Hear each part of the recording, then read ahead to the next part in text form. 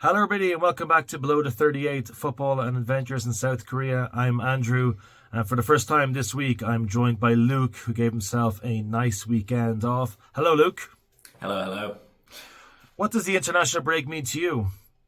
It means a weekend of not doing very much. I was pretty bored. Played a lot of PlayStation and watched some Netflix. I wouldn't normally complain, but it's the start of the season. I'd rather keep going and keep going to games rather than having a week off after 4 rounds, 5 rounds.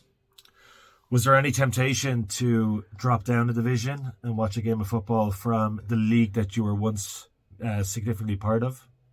I think if there'd have been like an important local game that I could have got to easily that would have guaranteed goals, then I might have gone. I think if Bucheon had still been in K2, I'd have probably gone to a Bucheon game. If Eland were at home against somebody half decent, I might have been tempted, but I mean, it was a struggle watching it with Incheon last year. I mean, I don't know that I'm actively going to go out and try and watch K2 when it doesn't bear any relevance to Incheon either, but maybe in the future. Yeah, and like as we were saying as well, Mike and I were talking about that on one of the other, I think it was the Weekend That Was podcast. There should be two other podcasts this week in your feed from this week about what we've done on Below the 38. And we're saying, like, it's back-to-back weeks now where there's just been a real shortage of goals in this case, it was just K-League 2 as opposed to K-League 1. So unless you made the decision, which you're very, very unlikely to do, to take a Sunday afternoon train down to Daegu, where there were 4 goals in the match between Daegu and Seoul Eland, the chances are you could have gone to a 0-0 or 1-0, or at best, you could have done really well and come out of that with a 1-1 draw. And the weather was gorgeous. It's probably, if you're going as a neutral, you probably just don't want to spend your time doing that. I think you made the right choice, and I'm jealous that you don't have to bother with these fixtures anymore. So if you're interested in what K-League 2 is up to these days, then check out Mike and I's 2 videos that will be up currently or will be coming up later on this week. Again, you can find us at Below the 38. We're on Instagram, YouTube, and Twitter, and you'll also find videos that I put up from Youngin Stadium on our website. Sorry, YouTube account, and presumably there'll be more stuff going up this weekend because the 3 of us, as far as I know anyway, are going to be at a match. So we didn't cover K-League 1 obviously as a preview. There were no K-League 1 matches. They didn't feature in the Weekend That Was. So looking at the fixtures for this week, we were kind of complaining a little bit. We were robbed of the Ulsan Seoul game, if you remember, from Weekend 2. Because of the Asian Champions League commitments. There were a couple of good games in the opening weekend, as you'd always expect there to be, but not really then after that. But they're definitely making up for that this weekend. This is the best weekend of football in Korea, K-League 1, K-League 2, by a long, long way so far. So let's get stuck into some of these and bring you what the fixtures are, which ones to look forward to the most. There are 2 games on Saturday at 2 o'clock, and they're both very, very big for very different reasons. We have Jeju SK versus Bucheon FC 1995. This game is interesting because it's one of 2 what they call hometown derbies here in Korea.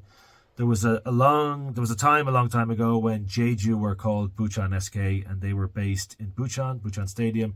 They were a K-League 1 team. They never got relegated while they were playing in Bucheon, and then they woke up one morning and decided that they were going to move to Solgapo and into the vacant World Cup Stadium and change their name to Jeju.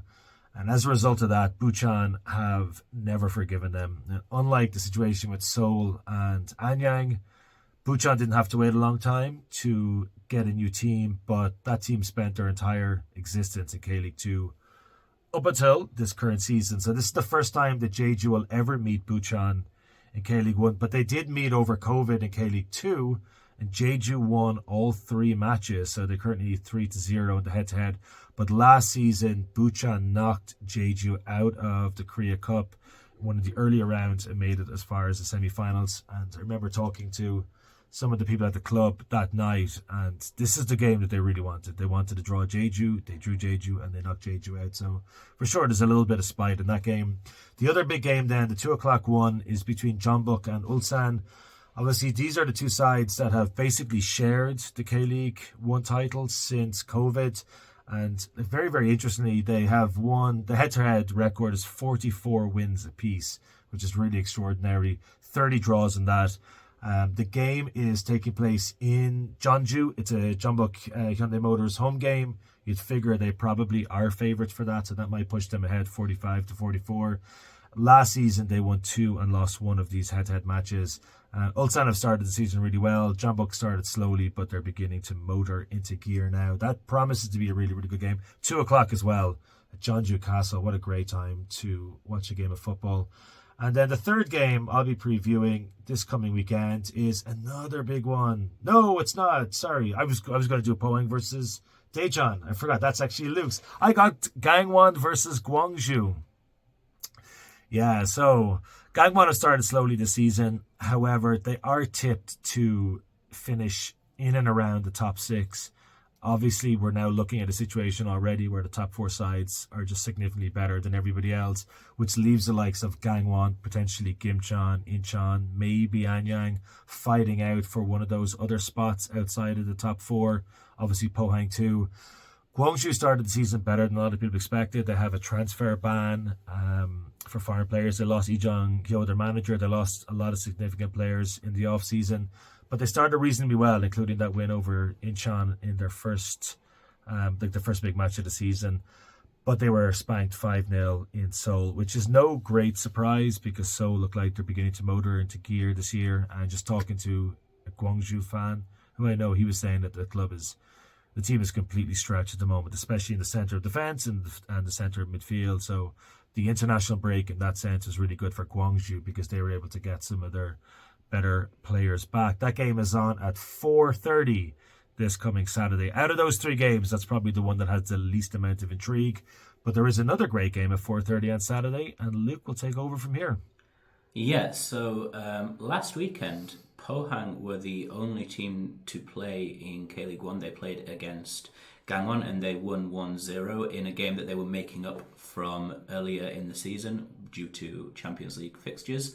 That was their 3rd home game in a row, and this weekend they've got another home game and they're playing Daejeon. Now, Daejeon are sitting quite high in the league. They're 4th in the league, but the teams have an identical record. They've won 1 game each, and they've drawn 3 and lost 1. So the teams kind of seem quite equal. Pohang only got their first win of the season in the last weekend, so I think now they're going to look to try and build on that. They've been fairly solid getting draws. They've only lost the 1 game. And I think Pohang are one of those teams where they've got the ability, they've got the players, and they've got the fan base as well. So you would expect them to press on now. They've got their first win and hopefully move up the table. Then we come on to Sunday. So Sunday we have a really big game at 2 o'clock. It is Anyang versus Seoul. Now there's a lot of history in this game, which should make it a cracker. Going back in time, Seoul were actually LG Cheetahs, and then in 1996 they moved to Anyang because of this decentralizing policy where the KFA wanted teams outside of Seoul, similar to with Bucheon moving to Jeju.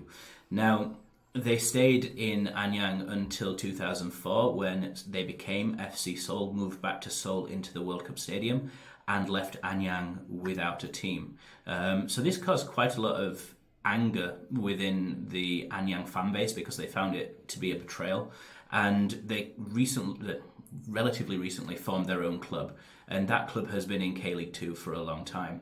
They got promoted, played their first year in K-League 1 last year, and so they've got a game against the team who essentially stole their club in 2004. I think that's a fair way of putting it. This is how the fans see it. There's a lot of ill will bubbling between the fan bases. Seoul have started really well. They've won 4 from 4. They're top of the league, having played a game less than the majority of teams. Anyang are kind of mid-table. They lost to Incheon last time out.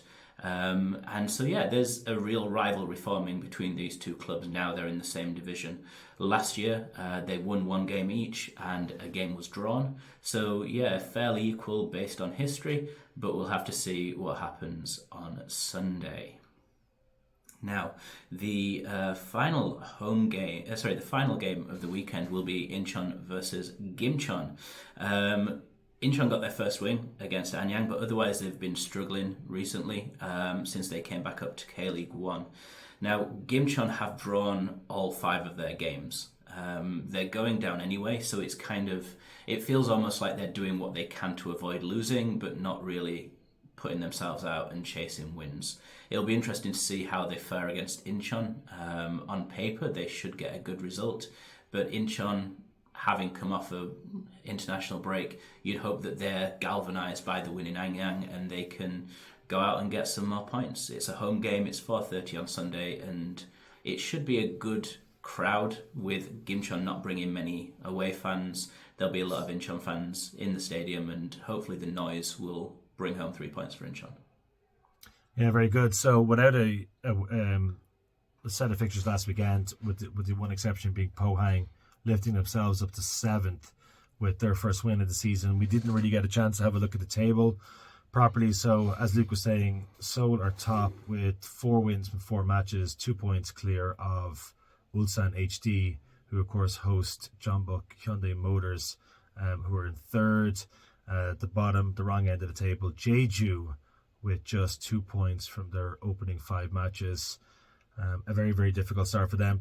Anyang actually decided to wear this on the eve of what promises to be one of the biggest games of the season. It's definitely one of the ugliest jerseys I've ever seen in my life. I felt compelled to buy it at a Anyang game last season. It was about 80,000 won. I've worn it once to one Anyang game since then, and I don't think I'll ever wear it again outside in public. But at the time, it felt worth it because I'd never seen a jersey as hideous as this.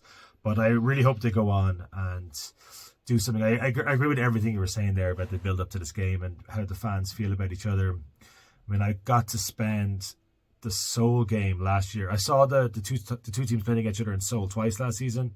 Seoul won the first one 2-1 early on in the season, and then Anyang won 2-1 in August, and essentially that result was a launch pad towards their safety. So not only did they get their first ever win off Seoul, but they brought to an end a really tricky run of form over the summer, and they comfortably stayed up in the end. And you could see what it meant. I mean, obviously the usual type of stuff.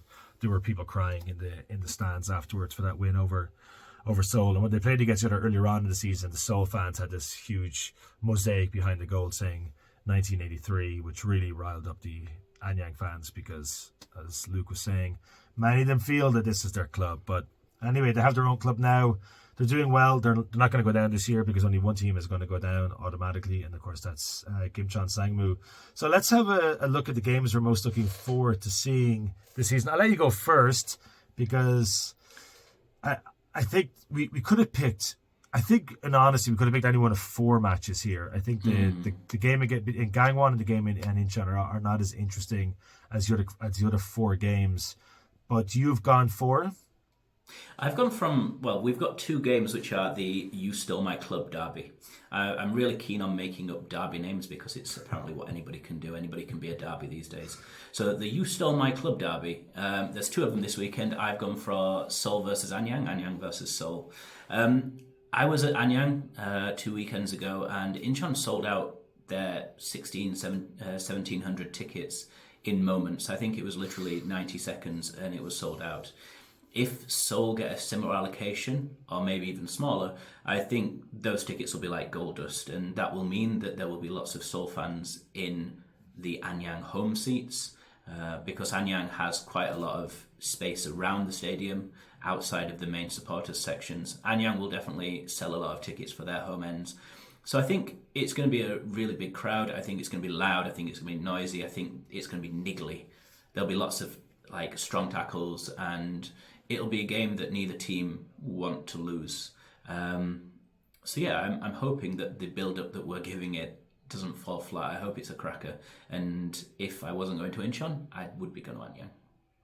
Yeah, same. That's the game I would choose to go to. It's not the game I put down as the one that attracts me the most, but I choose to go to that game simply just because of geography as well. And having seen those 2 teams play against each other twice last season, I didn't get to see them playing in Anyang because it was home for it. So I'd love to see Seoul visiting Anyang, they do get another opportunity to host Seoul in August, so hopefully I'll be at that one instead.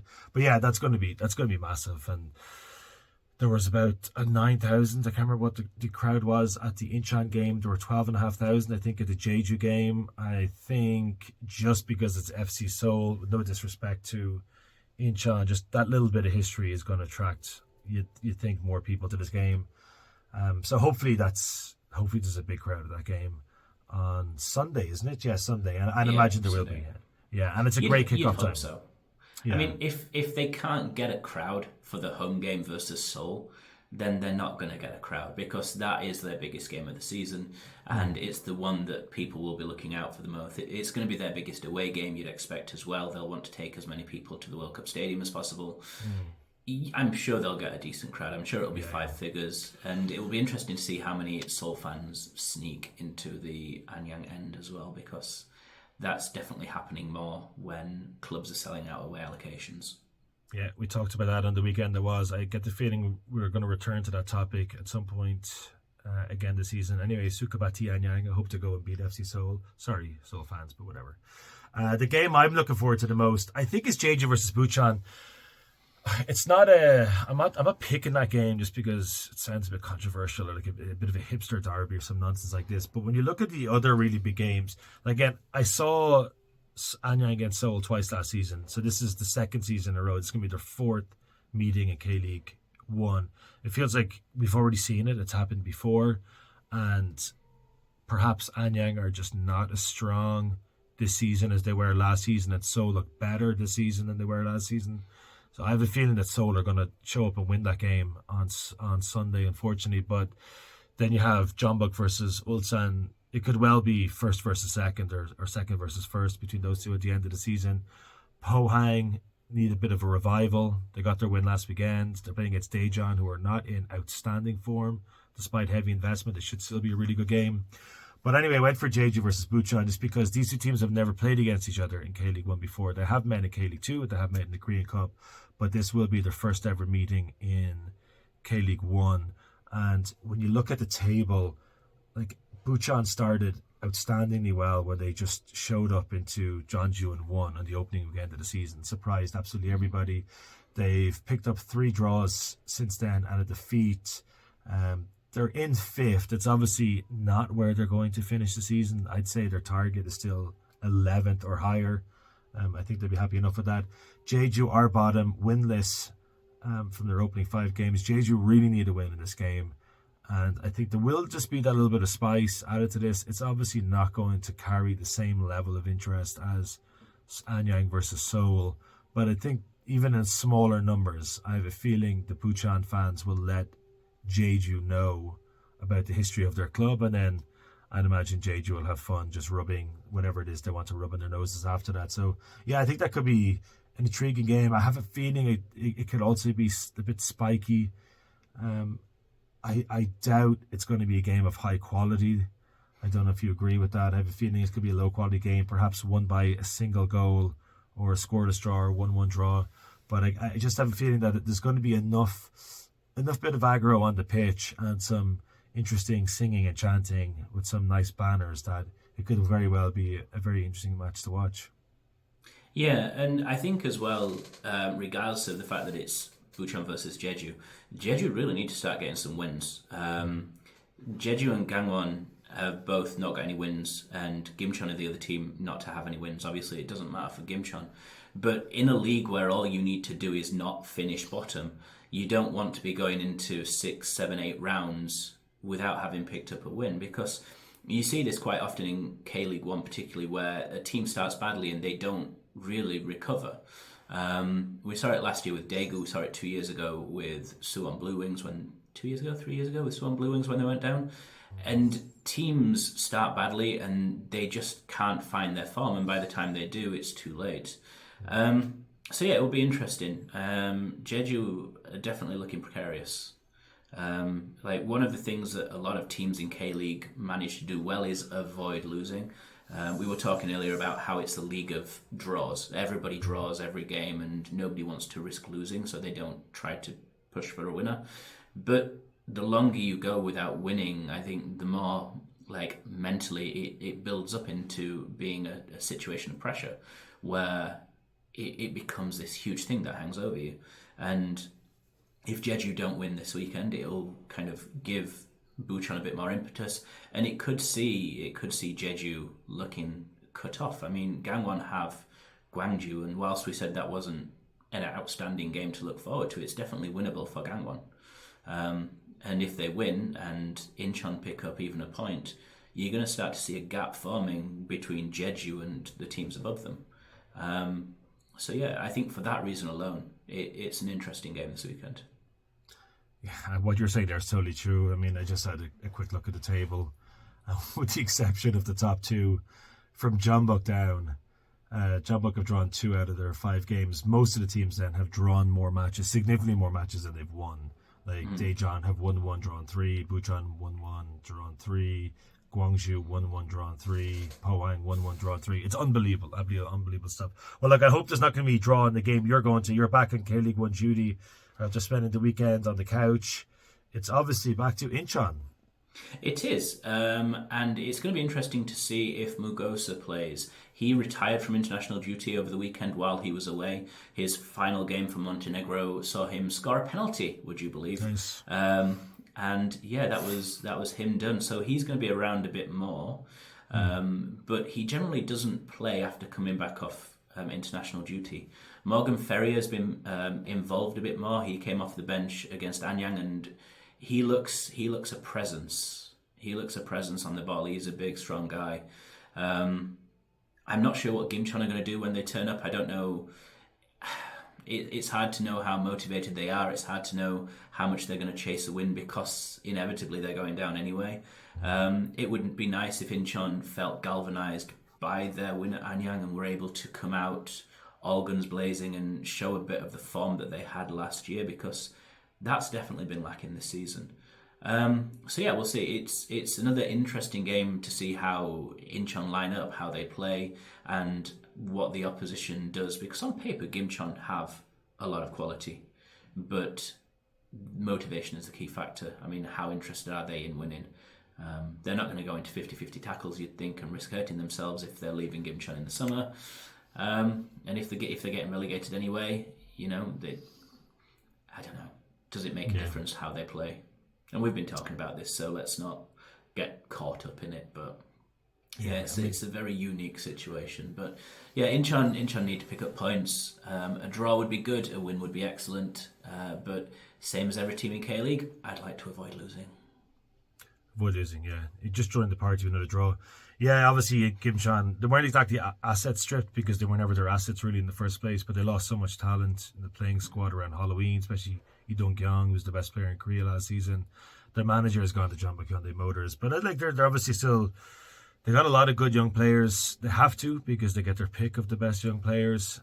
But as I said, motivation is a serious thing here. So we'll be back, the three of us, Luke, Mike and myself, Andrew, will be back next Monday or Tuesday for the weekend that was, and then Luke and I will be around the middle part of next week to preview the next weekend of football in K-League 1. Thank you so much for watching, everybody, and we'll talk to you next week. Goodbye.